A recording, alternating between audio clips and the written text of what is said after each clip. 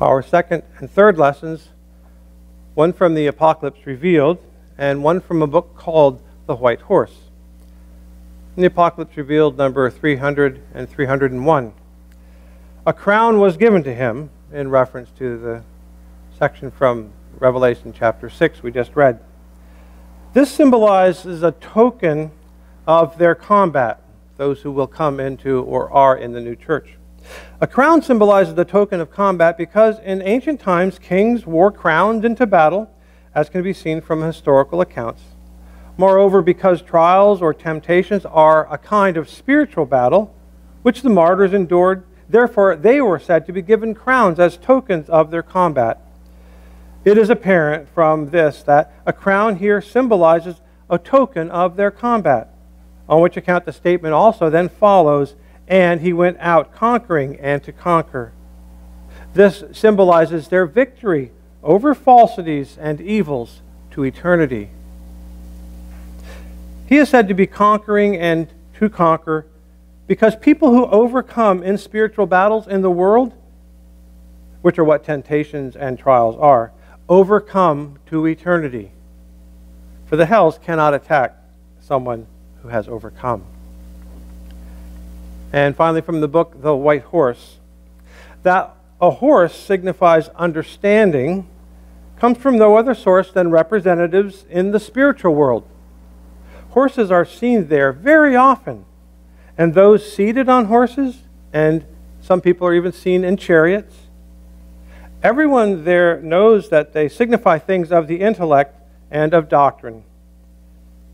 It has been seen by me, Swedenborg says, quite often when anyone there is thinking by using their own understanding of how things are. They then appear as if they're riding upon horses. This is how their meditating presents itself before the eyes of others, though the person themselves are unaware of it. There is also a place there in the spiritual world where many come together who, using their own understanding of things, think and talk about the truths concerning doctrine and truths contained within doctrine. And when others come there, they see that whole plain or the whole area filled with chariots and horses. Newcomers who wonder where all this comes from are taught that this is a manifestation resulting from their own intellectual thought. This place is called the assembly of the intelligent and wise. There even appeared to me there horses beaming with light and chariots of fire, when certain souls were taken up into heaven, which again is a sign that they were at that time instructed in the true things contained in heavenly doctrine. They were made intelligent and they were thus taken up. As a result of my seeing this, there came to my mind what signified by the chariot of fire and the horses of fire which Elijah was taken up into heaven, and also the horses and chariots of fire seen by Elisha's servant when his eyes were opened. Here, the text of our sermon is right up on the altar.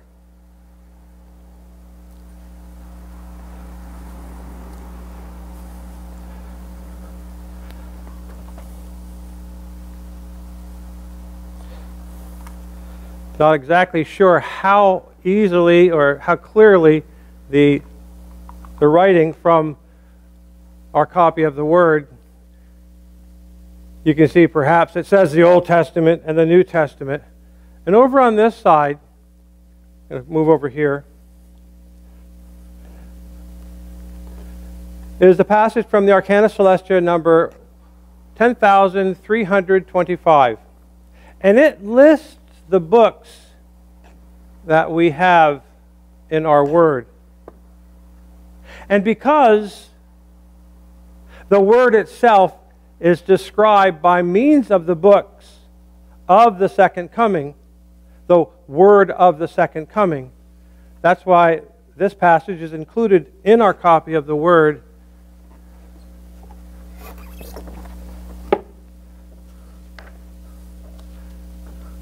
As well as showing you at the end of the book of Revelation This copy of the Word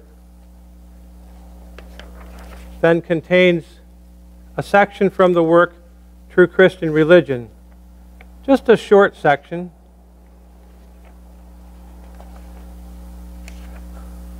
Where in the True Christian Religion, again, it might not be really easy to make out the letters, there is the universal theology of the new heaven and the new church. So because of the teachings that are celebrated on the 19th of June, we have a copy of the Word that we lift up and put up on our altar to tell us this is where we get to ride on the white horse. Have you ever ridden a white horse? You ever ridden a horse? Lots of people have, and lots of people haven't. It's much more popular and common 50, 70, 100, 200 years ago, before the automobile was invented, before trains took to rails. People got around on horses, and wagons drawn by horses, and chariots drawn by horses. That was it for centuries, right? We've only been in cars for 100 and some years. Trains have been around 200 and some years. But horses have been around since forever, right? And people have been riding horses, and people have been figuring out ways to have horses carry their burdens and do work for them. So horses are very important. Very important as an illustration. And as it says in the reading from The White Horse, people are seen in the other world when they really take it upon themselves to try to understand how to follow the Lord by means of His Word, a whole plain filled with horses. Perhaps you've never seen that, but maybe you have. Maybe you've traveled to the prairies or out into the mountain states and seen wide expanses, huge meadows that can be filled with horses, wild horses, herds of horses. What a beautiful thing. And how many romantic and wonderful children's movies are there that are based on a relationship between a person and a horse or a group of horses?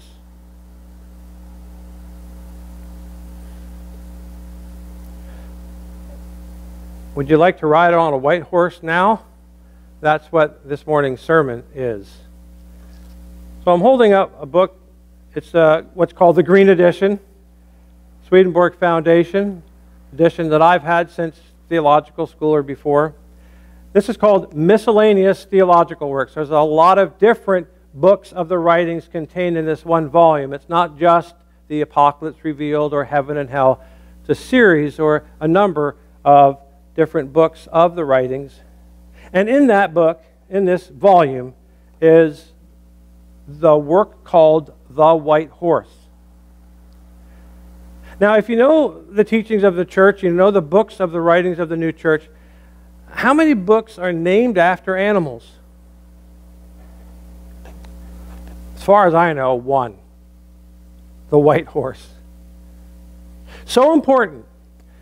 So important is it that we see ourselves as needing to get up onto the things that the Lord teaches, that this image of getting on the white horse and having the white horse available to ride, here it is. Intellectually speaking, doctrinally speaking, you can't get there on your own. We need that white horse. Now, it's not to say there's not plenty of images of people taking journeys by foot, okay? But as we're talking about the development of the new church in us, the development of the new church in you, the new Christian heaven opening up and developing in your heart and in your mind, that's where the image of the white horse appears. There are horses mentioned all throughout the Word. As it said, Elijah taken up in a chariot of fire, and Elisha's servant seeing the mountain filled with chariots and horses of fire. Wonderful passages. Jesus rode into Jerusalem not on a white horse, but on a mule or a donkey, on the same kind of animal that carries us, representing humility, the humility of the royalty that the Lord had and the power that would come. And so now in the book of Revelation, the Lord is seen not riding upon a foal, not on a donkey, but riding upon a white horse. And that image appears twice. First in the book of Revelation chapter 6, and later on in chapter 19. And from 6 to 19, all kinds of hell breaks loose in the book of Revelation. And then the Lord draws it together and comes as the rider upon the white horse in chapter 19. And there's more after that as well. But the idea of us being able to ride upon the teachings of the Word, to be elevated above, to be within the teachings of the Word, is for us to ride upon the white horse. And the gift the Lord has given us of the white horse. So I'm just going to look a little bit at what this white horse is about. If you're familiar with the way the writings of the New Church are presented, you know that the Lord gave Swedenborg the ability to have his spiritual eyes open, and he saw these wonderful things. Over and over again, he realizes the correspondence of the things written down in the Word, in Hebrew, Greek, what those things are and why they mean what they mean, because he would see the correspondence of them in heaven. And so, for example, when a person is thinking seriously and deeply about what it means to follow the Lord, and what can you do right now? What can you do to reflect upon how you're following the Lord? When you're thinking that way, guess what people who know and love you in the spiritual world see? They see you riding upon a white horse, or upon a horse, or in a chariot. So when the white horse is seen in the book of Revelation, Swedenborg, having seen that, which was explained in that second passage, or yes, the one from the white horse, number 3, we know that he's beginning to understand the correlation, the correspondence, the meaning on an interior level of the things that are in the exterior level of the Word. Is that a hard jump to make? Can you think of the fact that everything written in the literal sense of the Word, the Old Testament, the New Testament, even the writings of the New Church, when those things are taken up into your mind, something is seen in the other world that corresponds to what you're going through as you're reading that. So it says, especially in this passage, that when people, by their own understanding of issues, grapple with these issues, move along, try to make some progress, they're seen to be riding on a horse.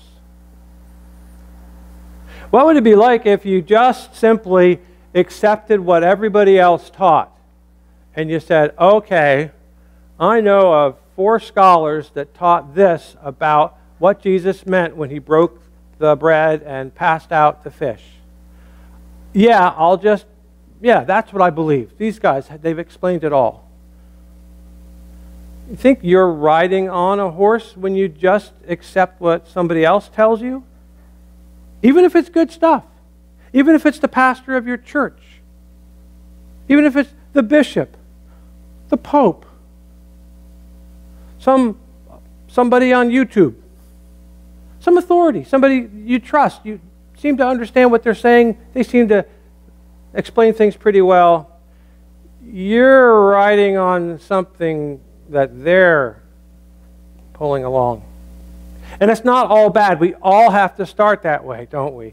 We all have to begin to believe things according to what our teachers, our priests, important people say. But when you get mature and start developing, you have to struggle yourself with getting on that horse. You have to figure it out for yourself. So the book, The White Horse, is pretty much about that, and then all the teachings that have been already presented earlier in the writings of the New Church, especially the Arcana Celestia. You know, the 12-volume set that goes in word for word explaining the literal sense of the Old Testament according to the teachings of correspondence, enlightenment, and regeneration. The process that Swedenborg was going through, the process we all need to go through. There's, interestingly enough, 12 major sections or categories in the White Horse. And we're asked to explore this White Horse, these ideas that are presented. I just don't want to read through the list. I want us to think about what's the Lord trying to tell us about the nature of the Word, about my understanding, your understanding, about how you can be carried. Do you understand some of the details about this?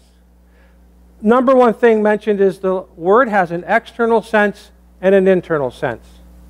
If you're in the external sense right now and you're thinking, I will love my neighbor, I won't steal my neighbor's garbage can lid because mine blew away, whatever, trivial or really deep thing. I will try to love my neighbor. I won't have contempt for my neighbor because they think differently than I do. And everybody knows that we're supposed to do such and such or so and so, and they're making their own choice. And I won't have contempt for them. Everybody in the church understands this idea or that idea except that person, but I won't have contempt for them. It's a little deeper than chasing after somebody else's garbage can lid. All of those processes are things that are external to us, and we receive what's interior as we open up to the Lord. So when we pray the Lord's Prayer, we're asking for a series of things to take place. Your kingdom come, your will be done, as it is in heaven, so upon the earth. Give us what we need today so that we can be nourished to do our spiritual. All those concepts have an external sense that contains something more internal. As we grapple with acknowledging that we are not our own sunshine and we're not the source of our own spiritual nourishment, it must come from the bread of heaven to us. As we grapple with our humility around what we need to get from the Lord and how we can provide nothing for ourselves, we're seen to be riding, we're seen in the other world meditating, because that external sense we're going through, the struggles we have on a day-to-day basis in time and space, even having to do with concepts that are of the world, rational concepts, they have an interior meaning. And they have an interior pattern that presents itself, manifests itself, it says here, in the spiritual world. Sometimes people wonder, when I get to heaven, what exactly will I do? And lots of times people ask, especially if they've lost a partner, what's my partner doing there? Like, I don't have a real clear vision. Do you realize how much management is needed to help all of us people on earth? Do you realize there are people in the other world who are with us now, even if we can't feel or see them? We're taught very clearly we have two celestial, a celestial and a spiritual angel with us, associate spirits, just working with us to monitor when we're getting on and off the horse, to monitor when we're walking down the wrong path, to be spiritually guiding us and protecting us from the influences of the hordes of hell that would love to rush in and introduce thoughts and affections that we couldn't handle in freedom. Who gets to do that kind of thing for us? Perhaps it's your mother in the other world, your husband or your wife. Perhaps it's a child in the other world. Perhaps it's the person that you've never met. And it's not so important to focus on who the person is, but to really believe the process itself. The principle is much more important than the personality. The principle that the Lord's taking care of us and providing for the mountain to be filled with chariots and horses of God. For each one of us. For each one of us, the Lord is providing that people in the other world do that work. You know, when you think about the infrastructure of the world today, you drive by, you see these bridges being built. You see the overpasses. You see the dirt out there and the ditches over there. Way off in the corner, far down the road, you see 4 guys leaning on their shovels. You think, how does this all get figured out? Somebody has put in an immense amount of work to lay out the next overpass, the next clover leaf. And we can grasp that. That is so detailed. Somebody's got drawings, they've laid it out, they've presented it years ago to some board or some committee or someone do some environmental study. Huge amounts of stuff goes into just you being able to easily get onto the freeway. That's nothing in comparison to how the Lord is monitoring your spiritual journey and engineering and having angels looking at all the different possibilities, all the different roads and pathways that you will take so you can have an easy access to heaven. Easy on, don't get off, just stay on. When we think about the infrastructure right now, you're watching me live in your home. There's no cables connected with this. It's just going into the atmosphere, being transmitted with satellites. Imagine how complicated that is. It's mind-boggling. Somebody figured it out. Some other team figured that out. Huge amounts of people are involved with making it work. So you wonder, well, what are they doing in heaven? They're doing stuff even more complicated. And we can't see it. You don't see how the signal gets here. You might see a cell phone tower. You might know the satellite's going across, or if you're lucky, sometimes you might see the International Space Station passing over. For the most part, it's invisible to our natural eyes, even though it's in the natural world. And these things of heaven, these things of the spiritual world, to ride upon a white horse, to be seen in the other world because we're doing our spiritual work now, trying to understand the teachings of the Word. That's what people are doing in the other world as well, helping us. And they're helping themselves. Because as somebody is helping us with our struggles, it triggers their own issues. People in the other world aren't all done, you know. To eternity, they're continuing to progress. So the first thing said in the white horse is simply understand there's a natural meaning, and one of the sections says, you just can't comprehend it all. In the internal or spiritual sense of the word, there are innumerable arcana, secrets. If you've gone to an arcana or our apocalypse revealed or divine providence or heaven and hell, if you've gone to some class trying to study the writings of the new church, you might just go, oh my goodness, I'm never going to understand this. That's right, you aren't. You're never going to fully understand it. Is that the point? Does the person who understands the most win? No. Does the person who allows the Lord to give them as much love and to apply as much as they can of what they can see, do they win? The Lord wins with them, yes. It's not meant to be an intellectual game, an academic exercise. Reading the writings or trying to understand the doctrine of the church or the writings of the new church isn't about how you can comprehend all these different passages and correlate one with another. In theological school, yes, we study to do that so we can have as good an oversight as possible as priests and leaders. But that's not the point. It's not to be academically brilliant. The point is to take the teachings that we can comprehend and use them. We know the Lord Swedenborg into the spiritual world to see these things taught him to study the Word so he would be able to understand and comprehend correspondences, gave him enlightenment. But we don't put a quote from the writings of the new church up there to honor Swedenborg. Swedenborg didn't understand all of the internal sense of the Word. He says over and over again, nobody can. So we don't rely upon Swedenborg and refer constantly to what Swedenborg understood this or Swedenborg wrote that. Or it's the Lord who's giving us the white horse. It wasn't Swedenborg. He was there, he served, he did his part. The Lord is giving us the white horse. This is the Lord's word. We honor it as such by putting it up on our altar, kneeling down representatively to the Lord, because the Lord is contained in his word. And we ride into the truths of heaven, or through the gates of heaven, as it were, with the revelation the Lord's given us in the new church.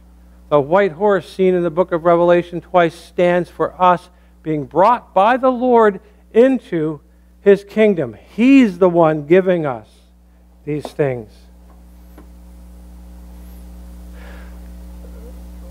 Over and over again in the teachings of the white horse about understanding the word, it says we can't understand the word unless we have enlightenment and doctrine. And by doctrine isn't just another book.